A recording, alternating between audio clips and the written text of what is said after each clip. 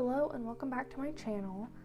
Today I wanted to share with you how all of January went in my Hobonichi Cousin.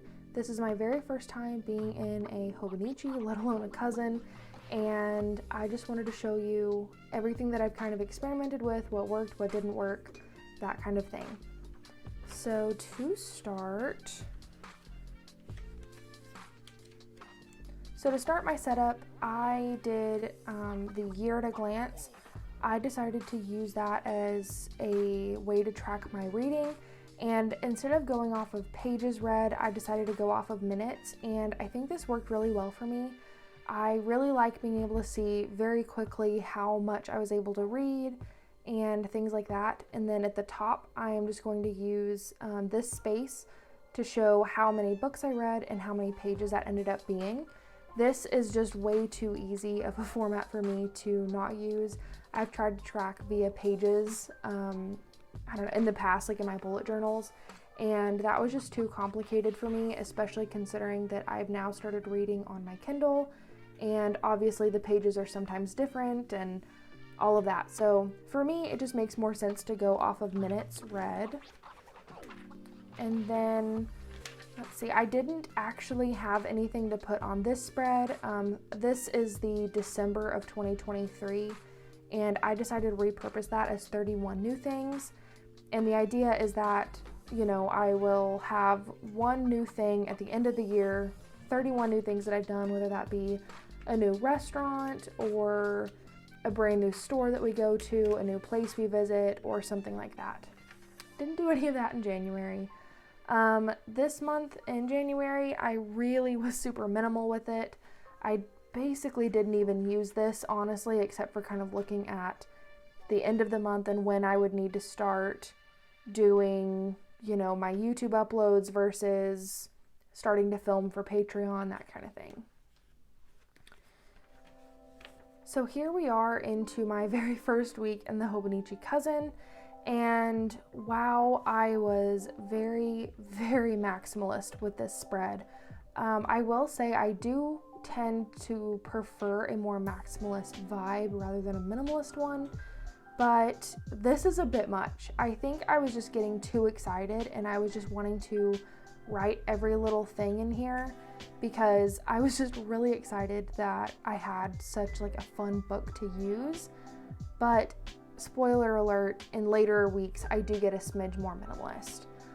Here at the top, you can also see where I was writing like Clenna 04, Clenna 05 I tried on this Saturday, and then on the 7th, I switched to my Preppy fountain pen.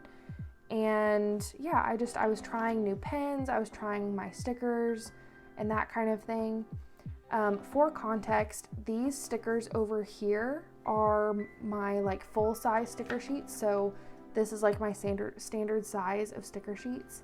And I realized very quickly that those stickers were ginormous for this very small space.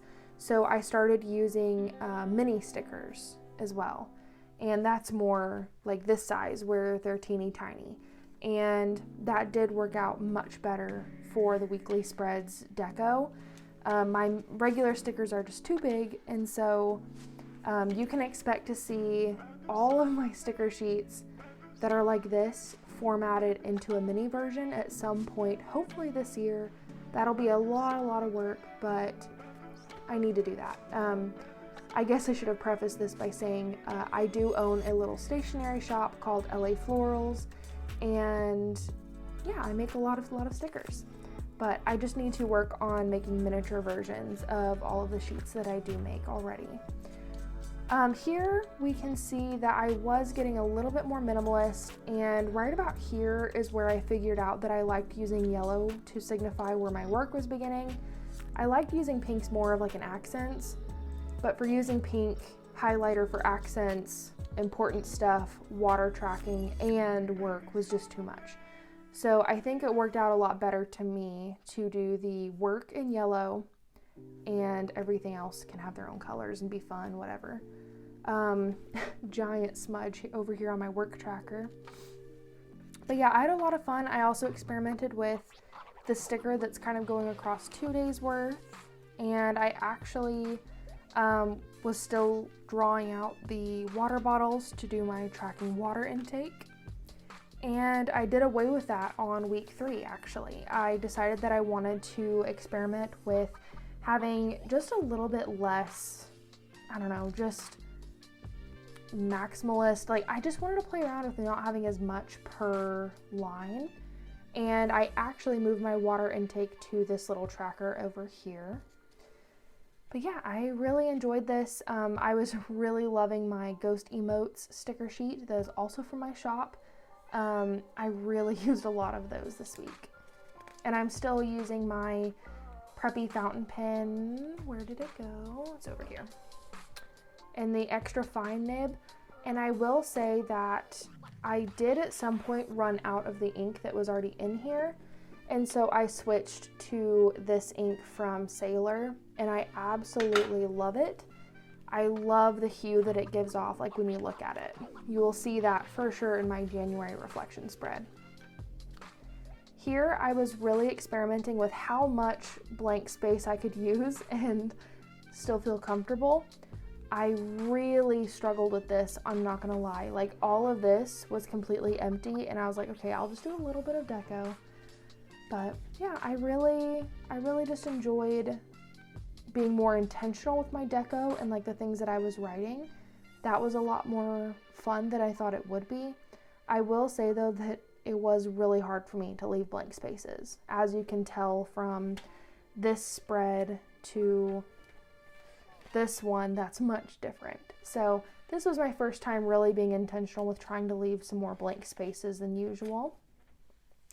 And this is the last week of January. I still kept up with my work tracker every week. I definitely think that is going to be a staple in my weekly spreads. And here I was also trying to be okay with using, like, leaving some white space, being okay with that, but yet still have fun in my deco style. Like, I like a lot of cute things, and I like little mini stickers everywhere. So I was really just trying to, I don't know, find that balance, I guess. And I think I did a pretty good job, I will say. So then our next thing to look at would be my January reflection spread. So this is the page that, like, they always do like that. I haven't obviously done one for February yet. It's this page right here where it's just the month and then completely blank. So I decided to turn that into a reflection. So I write a little bit about the month and, you know, what I worked on, what worked, what didn't work, what I want to refocus on for the next month. And then I also did a little bit of like a recap. So like what I was watching that month, what I was listening to, reading, feeling, that kind of thing. So to get into my actual daily spreads, this was day 1 of the year, day 1 of the year, but day 1 of January. And I really went all out. I was really experimenting with a full page of writing, and you'll see that very quickly I turned to bullet points, and that is something I kept up with pretty much throughout the rest of the month. Here I was experimenting with having some thoughts section, so kind of like a reflection, that kind of thing. I had a little note about books. Again, playing around with more minimal deco, I would say. And then here I changed it to reflections, so basically the same thing as thoughts, but just a way for me to kind of reflect on the day and things like that. I also added an ideas section, and literally it's not anything profound by any means, but it's just like, I should restart my Animal Crossing island, like that kind of thing. Down here I also played around with a little to-do list, and I like that, but not really. So I don't ever do like a horizontal to-do list again, I don't think. This was the spread I was trying out, my 05 Klenna, and it just seemed, I don't know if I like pressed too heavy or something, but there was a lot of bleed through, and I know it would help if I used a pencil board, but I don't know, I just don't quite like that. So I just decided to move my 05 Klenna over into my rings setup instead. Again, I tried the reflections. I brainstormed for my January shop update, and I was really kind of diving into the bullet points at that day.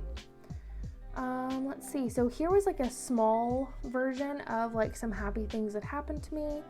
I got a compliment from a friend, my husband surprised me with flowers, that kind of thing. And then here I brainstormed like my ideal Sunday reset, and I think that was fun. I liked making a list, and like same thing for this day, I liked making a list that wasn't my actual to-do list, if that makes sense. Over here I kind of went with like a bakery theme, which of course I love. And then here I did do a to-do list. Did not like. I later on I do have a more intense to-do list, and I'll talk a little bit more about that later on, but it's too hard for me to do my work to-do lists and journaling all in one page. Here I played around with some more animals that I want to turn into characters. Here I have just some notes about the day or the week. And this was my first time really trying some little quick doodles. Like literally I set a timer and I gave myself like 3 minutes to do this. So that was kind of fun, turning it into more of like an exercise for the day. Here again, we have some reflections, and I realized that I want to do more like cute little accent stickers like this in my shop. And we have another to-do list, and at this point you can see my weeks over here hanging out in the corner, but I did not get my weeks until pretty much the end of January. And so at this point I was trying to manage my tasks as well as plan my day and journal all in this one book, and that's why I did continue my task lists even though I didn't necessarily prefer that. But yeah. So here, I thought this was kind of cool. I found a vintage paper that had polar regions in it, so I pulled that because this was the week that we were getting that Arctic, like, crazy weather. It was so cold, so I thought that was fitting. So here's that list I was talking to you about where, like, literally my to-do list was taking up half the page, and that left me half the page for writing, and I just did not like that at all. It was so hard for me to focus on reflecting and doing my gratitudes and journaling while I'm sitting here faced with my work to-do list. Like it was just so counterintuitive, and I really didn't like it. And this was the first day that I realized I needed somewhere else to do my task management. Again, I'm playing with some washi and some different textures, which I really liked. Again, a little list for fun, helped me plan my new collection. Here I used my Tombow Fruitanesque brush pen, and I like it, but again, I just think it was a little too bold. I just think I'm really heavy-handed, I guess, and that just didn't quite work out for me. I don't know, it just didn't work, and that's okay. Another task list, because again, at this point, I did not have my weeks. I also wrote down a list of potential printers that I wanted to look at getting. I did actually get this Canon Pixma IX 6820. There we go. That was a mouthful. I did actually end up getting that printer, and it works like a dream. 10 out of 10 recommend so far. Here I was playing around with adding some sparkles, some fun little deco. And I finished a book, so I included that information here. I think that was fun to include. I was talking to my papa, and he told me about how his dad actually had a rock shop, which I knew about.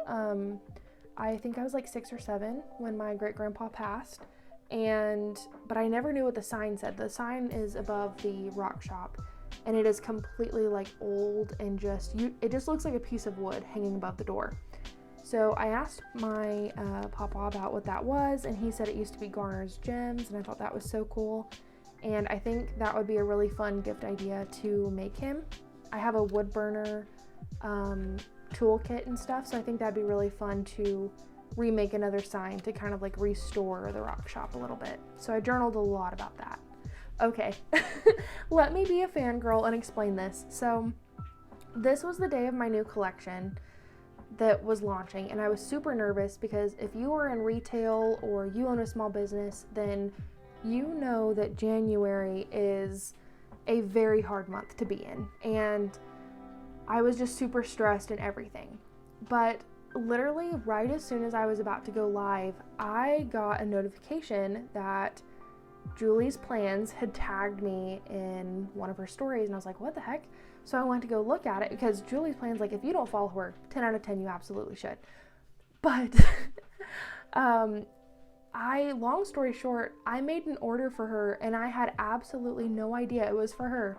And I had a total fangirl moment. Like, I probably was watching her video while I was packing orders, like packing her order, like that kind of thing. Had no idea that that was her. Had no clue. And so when I saw this, I literally took a screenshot and I was like, that is going in my Hobonichi Cousin. And this happened right as soon as I was putting launch, like hitting the publish button on my new collection. And it just felt like a good omen. And it just really helped put me in that positive mind space to execute a launch. And that was just really cool. So I wanted to make sure I saved that forever because that was just really cool. It's not every day someone you look up to and who influences you so much, you know, shares that they actually purchased from your shop. Like, I don't know, that was just amazing. If you can't tell, I'm literally fangirling, but yeah, so that had to be in my Hobonichi, of course. Here I was playing around with doodling a little like memo note. Thought that was a little fun. Here we have some more lists and everything. I'm talking about my new printer and how much that means to me. And oh, one more thing I didn't mention. This launch day, I actually sold over 300 sticker sheets, which was a all-time record for my shop. And that's part of the reason why I spent so much time on Monday talking about like, okay, I need to revise my systems for my shop to better myself for my customers. And part of that is that if I have another printer that can help offload, I can use 2 printers at the same time, that kind of thing, then I can get orders out faster to my customers, and that's better for them. And so that was kind of what I was talking about here so much, and as well on Tuesday the 23rd. This day I found out that you can use patterned scissors on washi tape, and I thought that was fun. And another doodle, more doodles, because I was planting my garden with my mom. And here was a fun day because I actually was playing around with using my Hey Primrosia markers, these brush pens, I guess I should say, and just making like little doodles all over the page. And this was a brainstorm of how I could rearrange my office, my studio space, because my new printer came in and she's quite a hefty gal. It's, I don't know, probably like 2 feet wide, and that wasn't quite what I had in mind when I purchased it, which obviously my own fault. And I love the printer. It's amazing. 10 out of 10. I'm so happy with it. But that did mean I had to find a new place to put it. So here I went to one of my best friends. Her baby was turning 1 year old, so I went to that party. Here we have another Sunday reset list, playing around with more textured washi.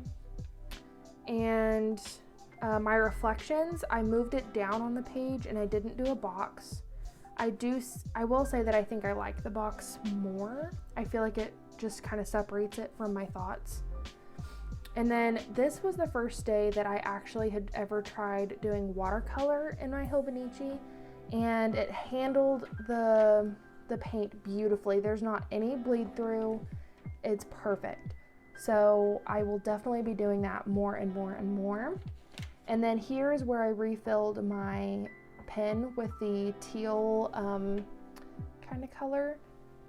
And I think it turned out so good. I think this spread was probably the last little bit of the black that I was using that was like still just like left in the pen. But this is the blue. I don't know if you can see the difference between the black ink and like the blue on camera, but it looks amazing. And especially because I tend to use a lot of like greens and blues and muted colors, I really think that complements the color palettes I use for my sticker sheets and stuff.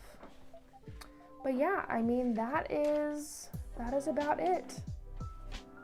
Thank you so much for watching, and really overall, like, especially if you made it to this point, thank you for watching.